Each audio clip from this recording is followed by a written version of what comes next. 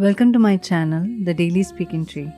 In today's episode, we are going to read Saint Faustina Kowalska of Poland's diary titled The Divine Mercy in My Soul. Diary number 189.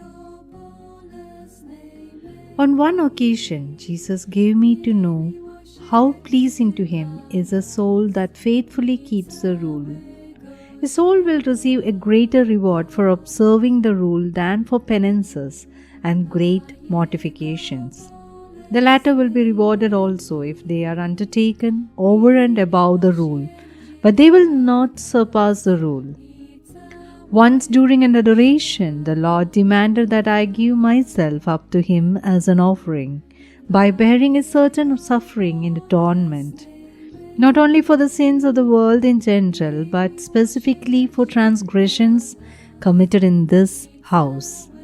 Immediately I said, "Very good, I am ready." But Jesus gave me to know what I was going to suffer, and in one moment the whole passion unfolded itself before my eyes. Firstly, my intentions will not be recognized. There will be all kinds of suspicion and distrust, as well as various kinds of humiliations and adversities. I will not mention everything here.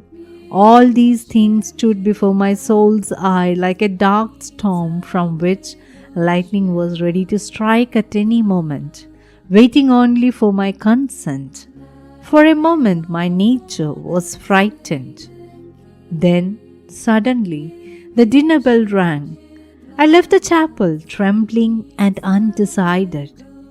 But the sacrifice was ever present before me, for I had neither decided to accept it, nor had I refused the Lord.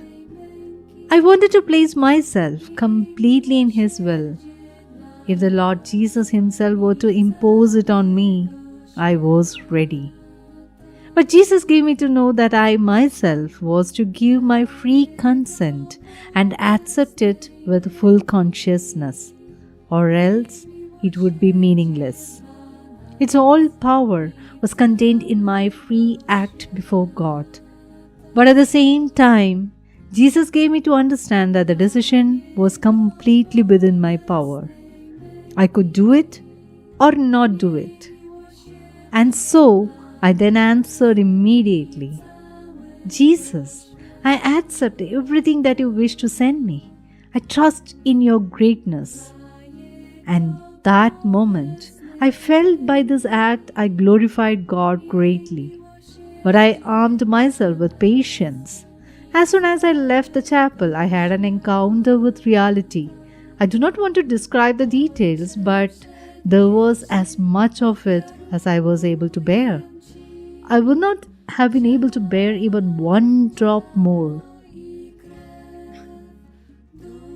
One morning, I heard these words in my soul: "Go to Mother General Michael and tell her that this thing displeases me in such and such a house." I cannot mention what the thing was nor the house in question, but I did tell it to Mother General, although it cost me very much. Once, I took upon myself a terrible temptation which one of our students in the house at Warsaw was going through. It was a temptation of suicide. For 7 days I suffered, and after the 7 days, Jesus granted her the grace which was being asked, and then my suffering also ceased. It was a great suffering. I often take upon myself the torments of our students. Jesus permits me to do this, and so do my confessors. Diary number 193. My heart is a permanent dwelling place for Jesus. No one but Jesus has access to it. It is from Jesus that I derive strength to fight difficulties and oppositions. I want to be transformed into Jesus in order to be able to give myself completely to souls. Without Jesus, I would not get near to souls, because I know what I am of myself. I absorb God into myself in order to give Him to souls. On March 27, I desire to struggle, toil, and empty myself for our work of saving immortal souls. It does not matter if these efforts should shorten my life. It is no longer mine, but belongs to the community. I want to be useful to the whole church by being faithful to my community. O Jesus, today my soul is as though darkened by suffering, not a single ray of light. The storm is raging and Jesus is asleep. O my Master, I will not wake you. I will not interrupt your sweet sleep. I believe that you fortify me without my knowing it. Throughout the whole hours I adore you, O living bread, amidst the great drought in my soul. O Jesus, pure love, I do not need consolations. I am nourished by your will, O mighty one. Your will is a goal of my existence.